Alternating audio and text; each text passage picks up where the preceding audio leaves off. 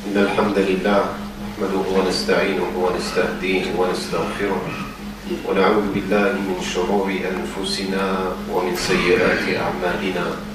من يهده الله فلا مضل له ومن يضلل فلا هادي له، وأشهد أن لا إله إلا الله وحده لا شريك له، وأشهد أن محمدا عبده ورسوله وصفيه من خلقه وحبيبه، بلغ الرسالة وأدى الأمانة ونصح الأمة وتركنا على المحجة البيضاء ليلها كنهارها لا يزيغ عنها إلا هالك. اللهم صل وسلم وبارك على هذا النبي الكريم وعلى آله وصحابته أجمعين وعلى من اهتدى بهديه واستنى بسنته إلى يوم الدين. يا أيها الذين آمنوا اتقوا الله وقولوا قولا سديدا يصلح لكم أعمالكم ويغفر لكم ذنوبكم، ومن يطع الله ورسوله فقد فاز فوزا عظيما. اللهم اجعلنا من عبادك الفائزين. ثم أما بعد، فإن أصدق الحديث كتاب الله، وخير الهدي هدي سيدنا محمد صلى الله عليه وآله وسلم، وشر الأمور محدثاتها، وكل محدثة بدعة، وكل بدعة ضلالة، وكل ضلالة في النار. أعاذني الله وإياكم من الوقوع في ذلك. معاشر المسلمين والمسلمات، توقفنا في الأسبوع الماضي عن الفتنة التي تصيب الناس أو المؤمنين في دينهم. ذلكم أن الله تبارك وتعالى قص علينا قصة أهل الكهف في سورة الكهف، وهذه القصة هي آية من آيات الله تبارك وتعالى التي تستخلص منها العبر والدروس، ما يعود على الناس في أيامهم هذه بالخير والصلاح والفطنة، إذا ما تأملوا وتدبروا هذه الآيات الكريمات. وكلكم تعلمون هذه القصة، قصة فتية آمنوا بربهم وزادهم الله تبارك وتعالى هدى، هربوا بدينهم خوفا على إيمانهم ودينهم، وآواهم المبيت في الكهف ومكثوا فيه ما مكثوا. وقال الله تبارك وتعالى: مكثوا في هذا الكهف 300 سنين وازدادوا 9. وهذه معجزة وآية من آيات الله تبارك وتعالى. والفتنة في الدين أيها الأحباب، الفتنة في الدين لا تنقضي ولا تنقطع، وإنما تتجدد بتجدد الزمان، وتتقلب أطوارها وتتنوع أشكالها بين وافد مستلب وبين سلوك من المسلمين قد يصدون بأنفسهم عن سبيل الله. الفتنة في الدين قد تأتيك من الخارج أي من غير المسلمين، والفتنة في الدين قد تأتيك من المسلمين أنفسهم. ولذلك يصبح من التحدي الكبير أيها الإخوة والأخوات في الفتنة الدينية أن نحسن فهم ديننا، وأن نحسن العمل به، وأن نحسن الدعوة إليه، الدعوة إلى ديننا دعوة تكون قبل كل شيء بدلالة الحال قبل أن تكون بدلالة المقال، وتكون بالرحمة كما قال الله تبارك وتعالى: وما أرسلناك إلا رحمة للعالمين. تلكم الرحمة التي ظللت العالم بأسره من خلال قرون متعددة، فقد كان يعيش المسلمون وغير المسلمين تحت ظل هذه الرحمة، وقال رسول الله صلى الله عليه وسلم: إنما أنا رحمة مهداة، صلوا على نبيكم محمد صلى الله عليه وسلم.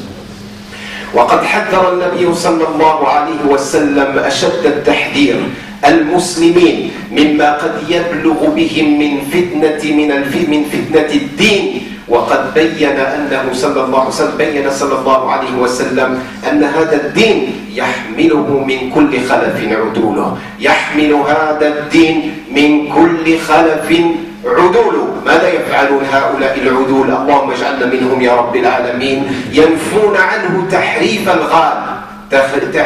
الغالين في دين الله، وانتحال المبطلين، وتأويل الجاهلين. ينفون عن هذا الدين. ماذا ينفون؟ تحريف الغالين الذين يغلون في دين الله. وقال الله تبارك وتعالى: لا تغلوا في دينكم، لأن الدين متى يموت بين متطرفين وبين طرفين اثنين، بين المتنطع في هذا الدين وبين المفرط في هذا الدين. وقال الله تبارك وتعالى: لا تغلوا في دينكم وأوغلوا فيه برفق، يقول رسول الله صلى الله عليه وسلم: الذي يتطرف في الدين فهو انحراف واضح في رابعة النهار. يقول رسول الله صلى الله عليه وسلم: إنما بعثت بالحنفية السمحاء، لست متطرفا إلى هؤلاء ولا إلى هؤلاء، وإنما أسلك الصراط المستقيم. اللهم اسلك بنا الصراط المستقيم يا رب العالمين. وكذلك ينفون تأويل أهل الجهل. الجهال كثر أيها الأحباب، الجهال كثر أيها الإخوة الأعزاء، الذين لا يملكون أدوات العلم، الذين لا يملكون أدنى أدوات العلم والنظر والاستدلال والاستنباط من آيات الله تبارك وتعالى ومن أحاديث رسول الله صلى الله عليه وسلم، ويقحمون أنفسهم كما هو حال كثير من الناس وكثير من الشباب. يقتحم وقد قرأ الآية والآيتين، وقد قرأ الحديث والحديثين، وأصبح يفتي، أصبح شيخا للإسلام، يفتي بغير علم، يضل نفسه ويضل غيره. فهذا من أكبر الفتن التي تقع في زماننا، نسأل الله السلامة والعافية. وكذلك هؤلاء العدول ماذا يفعلون؟ ينفون انتحال المبطلين الذين يكيدون لهذا الدين، وقد يضيفون في هذا الدين، وقد يزيدون ما ليس منه. وهؤلاء العدول يحذرون المسلمين من هؤلاء، وقد كأننا نعيش هذه الفتنة في زماننا هذا، فنسأل الله السلامة والعافية. Mes chers frères et sœurs en islam, nous avions évoqué la fois dernière une partie où, en guise d'introduction, les épreuves, les tentations auxquelles peuvent être exposés les croyants. Parmi ces épreuves, nous avons le récit fabuleux des gens de la caverne, énoncé dans la sourate La Caverne. Et rappelez-vous, cette sourate contient des récits dont chacun rappelle quelles peuvent être les sources des épreuves auxquelles peuvent être exposés les croyants et les croyantes. La première des épreuves, eh bien, c'est le récit des gens de la caverne.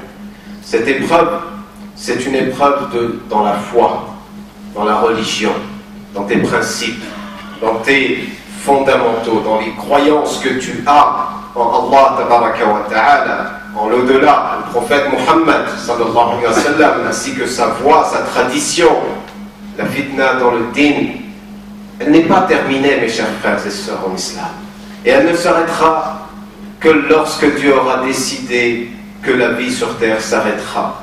Dieu dit dans le Coran Karim, Alif Lam Mim, Ahasiba an-nasu an yutraku an yaqulu amanna wa hum la yuftanoun. Alif Lam Mim, est-ce que les gens pensent qu'il leur suffira de dire nous avons la foi et ils ne subiront pas l'épreuve? Il n'y aura pas un test, il n'y aura pas une mise à l'épreuve justement sur cette parole que l'on profère et que l'on proclame haut et fort et dont on peut parfois le dire avec une grande fierté. Il y a de quoi d'être fier, effectivement, mais est-ce qu'il suffira de dire je crois, j'ai la foi, sans rencontrer des épreuves dans sa vie, au niveau et au sujet de cette foi elle-même? Eh bien, le récit des gens de la caverne nous rappelle qu'effectivement, ils ont subi cette épreuve. Un groupe de jeunes gens, de jeunes hommes, on dit que c'était des fils de rois, ils habitaient dans des demeures et des châteaux, qu'ils se sont enfuis avec leur foi dans une caverne, et ils ont résidé des années durant, 309 années, nous dit Allah Tabaraka wa Ta'ala. Et ceci est un des miracles et un signe de la grande et de la toute-puissance d'Allah Tabaraka wa Ta'ala. Ils ont fui pour préserver cette foi. Et ils ont fui pour préserver cette foi parce qu'ils étaient exposés à une tentation, celle de perdre justement la foi et la croyance en leurs principes et la croyance en Allah, en un Dieu unique. Allah Tabaraka wa Ta'ala nous fasse jamais perdre cette foi, Ya Rabbil Alamin.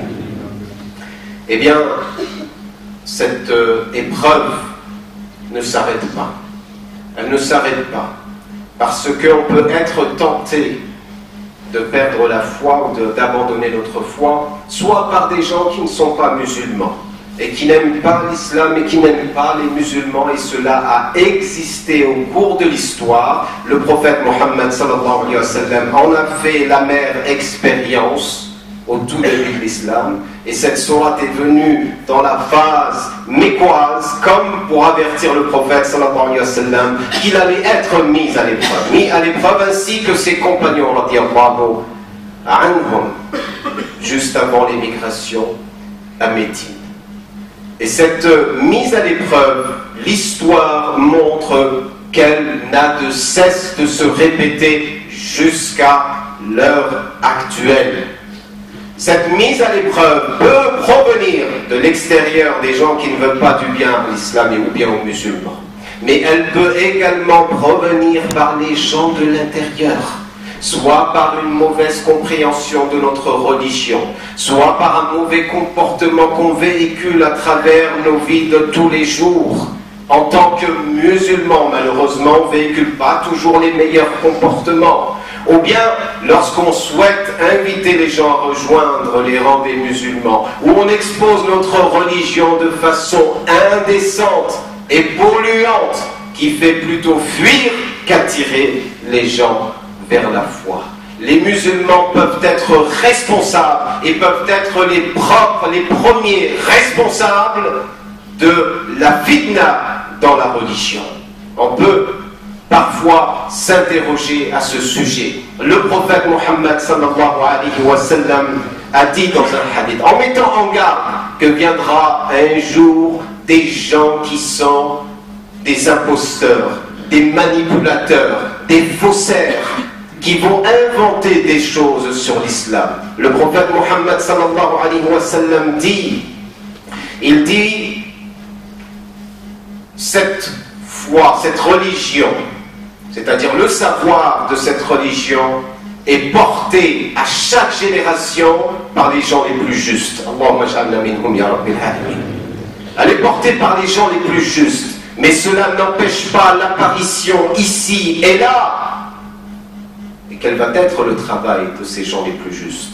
Eh bien, c'est de faire face, de faire front à toutes ces apparitions ici et là, de ceux qui se permettent d'interpréter la religion et à tordre le cou à ces textes et à tirer par les cheveux les interprétations, les explications, au point de dire et d'avoir pour conclusion que le Coran, on peut en faire ce qu'on veut. Il n'y a pas de règle dans l'interprétation, il n'y a pas de principe, il n'y a pas à avoir une compréhension de la langue arabe. Chacun peut se faire sa propre opinion du Coran. Et on pourrait en dire autant sur la sunna du prophète Muhammad sallallahu alayhi wa sallam.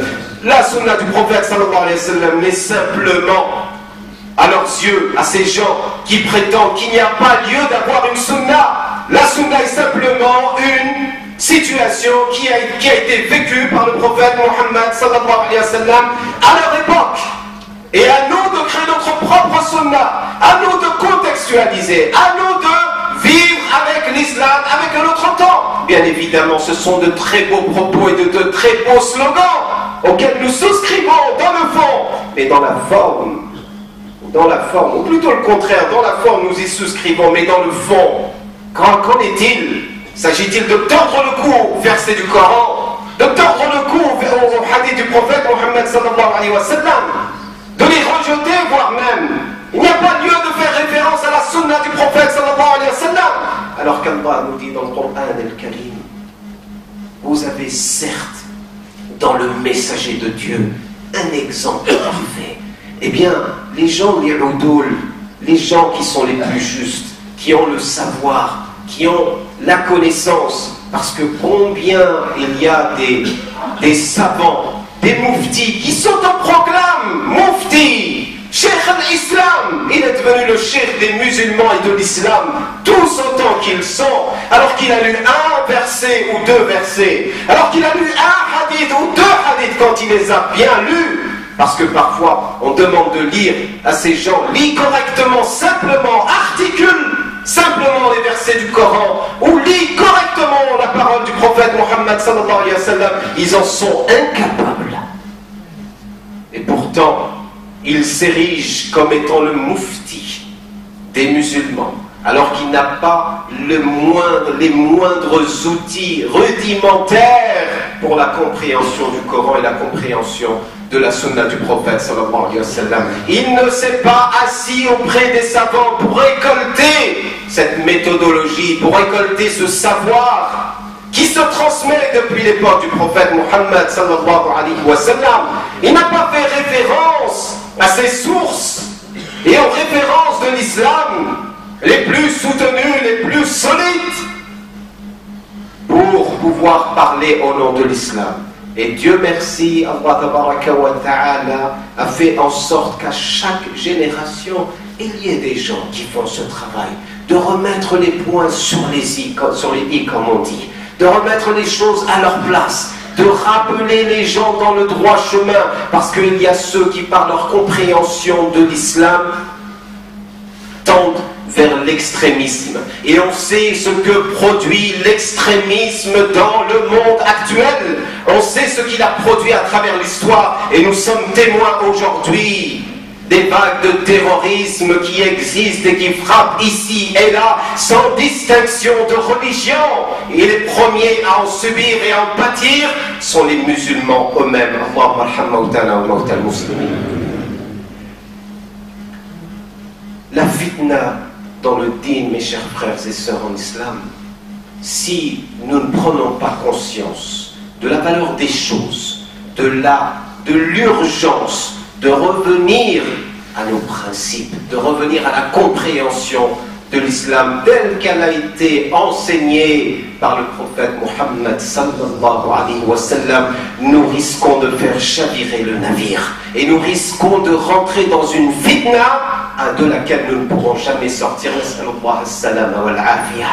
Mais cette fitna, mes chers frères et sœurs en islam, elle peut venir également de l'extérieur, pas seulement des musulmans eux-mêmes. Elle peut venir de l'extérieur. On peut combattre les musulmans pour ce qu'ils sont, pour ce qu'ils portent, pour leur foi, pour leurs principes, pour leur opposition à l'injustice. On peut les combattre, et c'est ce qu'a subi le prophète Muhammad sallallahu alayhi wa sallam à son époque, d'où sa fameuse et sa célèbre émigration à Médine. Et on pourrait se dire, mais finalement ceci ceci est une chose qui a existé uniquement à l'époque du prophète sallallahu alayhi wa sallam. Mais non, mes chers frères et sœurs, sans adopter une posture victimaire, sans simplement dire que nous sommes des victimes et que les musulmans ne sont que, leurs droits sont les plus bafoués. C'est une réalité. C'est une réalité. Mais nous n'adopterons jamais cette position, cette posture victimaire. Au contraire, au nom de notre foi et au nom de nos principes, nous devons combattre l'injustice là où elle se trouve. Nous devons combattre l'injustice là où elle se trouve. Quelques peuples, quelques ethnies, quelques peuples qui subissent des injustices, nous devons être à leur côté. Et à plus forte raison, quand il s'agit de ton frère, quand il s'agit de ton frère dans la foi, nous devons combattre les injustices. Nous devons combattre les injustices, même si ce sont des musulmans qui les accomplissent. Nous devons combattre les injustices et nous ériger en défenseurs défenseurs de la justice. Car notre religion a été bâtie et construite sur la justice. Aujourd'hui, nous avons des peuples qui subissent ce type d'injustice. Nous avons des peuples, au nom de leur foi, les Rohingyas, ce peuple qui est une des minorités ethniques et religieuses la plus persécutée au monde, parce qu'ils ont dit la ilaha illallah, et parfois à cause d'un abruti, permettez-moi ou pardonnez-moi cette expression, qui a commis des actes qui n'étaient pas bien, on va persécuter l'ensemble de ces musulmans. Que dirions-nous de l'autre minorité de 11 millions d'habitants, les Ouïghours dans le nord-ouest de la Chine, une population qui est placée sous très haute surveillance au nom d'une volonté d'éduquer cette minorité, afin de les ramener dans les rails du communisme et de l'abandon de leur foi. Ils disent la ilaha illallah. Croyez-moi mes frères, il y a des traductions en langue chinoise du Coran qui sont falsifiées. Et la seule autorisée dans cette région, la seule autorisée, eh bien c'est la version officielle de l'État du Coran qui est une traduction falsifiée ou modifiée afin de rentrer dans le moule. Et toute personne qui apprend l'arabe, toute personne qui apprend le Coran est concentrée dans des camps de concentration. Ils sont enfermés aujourd'hui. Il y a probablement plus d'1 million de personnes qui subissent cet emprisonnement juste pour le fait d'avoir dit mon Seigneur est Allah. La fitna dans le din, elle existe encore aujourd'hui, mes chers frères et sœurs en islam. Allah préserve nos frères qui subissent les injustices et qu'Allah préserve notre foi. Wa qulu qawli hada wa astaghfirullah li wa lakum wastaghfiruhu innahu huwal ghafur.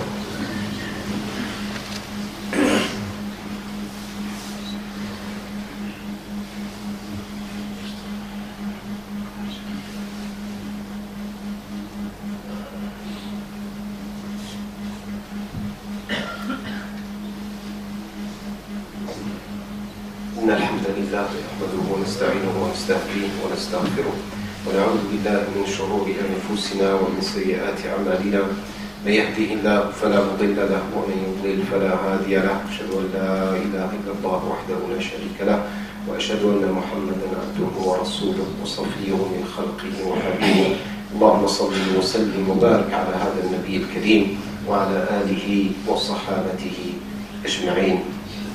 أما بعد، أيها الإخوة والأخوات، أوصيكم ونفسي بتقوى الله فإن الله تبارك وتعالى يحب المتقين. اللهم اجعلنا منهم يا رب العالمين. Mes chers frères et sœurs en islam, je vous invite et vous recommande ainsi que moi-même à redoubler de taqwa, de piété, comme on le traduit, car Allah subhanahu wa ta'ala aime ceux qui ont la taqwa, qu'Allah éveille nos cœurs, qu'Allah tabaraka wa ta'ala préserve notre foi, qu'Allah nous maintient dans le droit chemin. Amin ya rabbil alamin.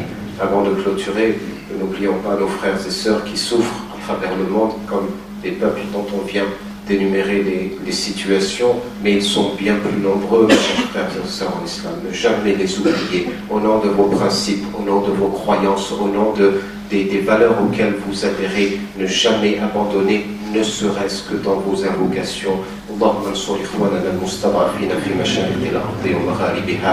Nous avons également des frères et des sœurs qui souffrent de maladies. Je pense particulièrement au père d'une de nos sœurs, la sœur Yasmine. Son père est souffrant, qu'Allah tabaraka wa ta'ala lui vient en aide. Je pense également, je viens de l'apprendre, le Hajj de Mokhtar, qui est un des fidèles de notre mosquée, qui est rentré à l'hôpital. اللهم اشفيه وعافيه يا رب العالمين اللهم اشفيه وعافيه وخفف من آلامه يا رب العالمين. Et je pense à la femme de l'Hajj Mustafa, je pense également au Hajj al-Arabi, le Hajj al-Aqili, le Hajj Ahmed, le Hajj Rida, notre frère Assalam, qu'Allah subhanahu wa ta'ala leur vienne en aide à tous. Notre petit frère Subhan dans le fauteuil roulant, qu'Allah subhanahu wa ta'ala le consolide et lui donne la force d'affronter cette épreuve et lui donne la guérison, il leur donne à tous la guérison la plus rapide, ya Rabbil Alamin, et de faire miséricorde à ceux qui nous ont quittés. اللهم ارحم موتانا وموتى المسلمين اللهم اشف مرضانا ومرضى المسلمين اللهم ارحم موتانا واشف مرضانا وعاف مبتلانا واحسن عاقبتنا في الامور كلها واجرنا من خزي الدنيا وعذاب الاخره يا رب العالمين. اللهم لا تفتنا في ديننا اللهم لا تفتنا يا رب العالمين اللهم لا تفتنا ولا تفضحنا واسترنا بسترك الجميل. نسالك اللهم رضاك والجنه ونعوذ بك من سخطك والنار وادخلنا الجنه مع الابرار برحمتك يا عزيز يا غفار. اللهم انصر إخواننا المستضعفين في مشارق الأرض ومغاربها. اللهم كن لهم وليا ونصيرا ومعينا وظهيرا. اللهم كن لهم في كل مكان. اللهم ارفع الظلم عن المظلومين. اللهم نفس كرب المكروبين وفرج هم المهمومين واقض الدين عن المدينين واشف مرضى المسلمين. اللهم اشف كل مريض يا رب العالمين. اللهم اشف كل مريض يا أرحم الراحمين. اللهم انزلنا على قلوبهم السكينة. اللهم يا رب ارفع آلامهم. اللهم قوي آمالهم. اللهم كن لهم وليا ونصيرا وكن لهم شافيا ورحيما ورحمانا يا رب العالمين يا أكرم الأكرمين. اللهم كن لهم رحيما. اللهم كن عليهم عطوفا. اللهم كن بهم لطيفا. اللهم كن بهم لطيفا. اللهم كن بهم لطيفا يا رب العالمين يا أكرم الأكرمين يا رب العالمين. اللهم اصلح أولادنا. اللهم اصلح بناتنا. اللهم اصلح زوجاتنا. اللهم احفظ ديننا يا رب العالمين. اللهم احفظنا واحفظ إيماننا يا رب العالمين. اللهم انزلنا في قلوبنا اليقين. اللهم انزل في قلوبنا اليقين. اللهم قوي إيماننا. اللهم قوي إيماننا. اللهم يا رب لا تفتنا ولا تفضحنا وقدنا إلى صراطك المستقيم برحمتك يا حنان يا منان يا رحيم يا رحمن. اللهم اصلح ذات بيننا. اللهم وحد كلمتنا. اللهم اصلح الأزواج والزوجات. اللهم اصلح الأزواج والزوجات والشباب والشيوخ والأولاد والبنات. اللهم اصلحنا جميعا يا رب العالمين. اللهم يا رب أحينا على سنة رسولك محمد صلى الله عليه وسلم. اللهم أمتنا على ملتي. اللهم احشرنا في زمرتي وتحت لوائه يا رب العالمين. اللهم أوردنا حوضه واسقنا من يده الشريفة شربة لا نظمأ بعدها أبدا يا رب العالمين يا أكرم الأكرمين. ولا تفرق بيننا وبينه حتى تدخلنا مدخله يا رب العالمين. اللهم ارزقنا جواره في الفردوس الأعلى. اللهم أسكننا محبة حبيبك محمد صلى الله عليه وسلم في قلوبنا.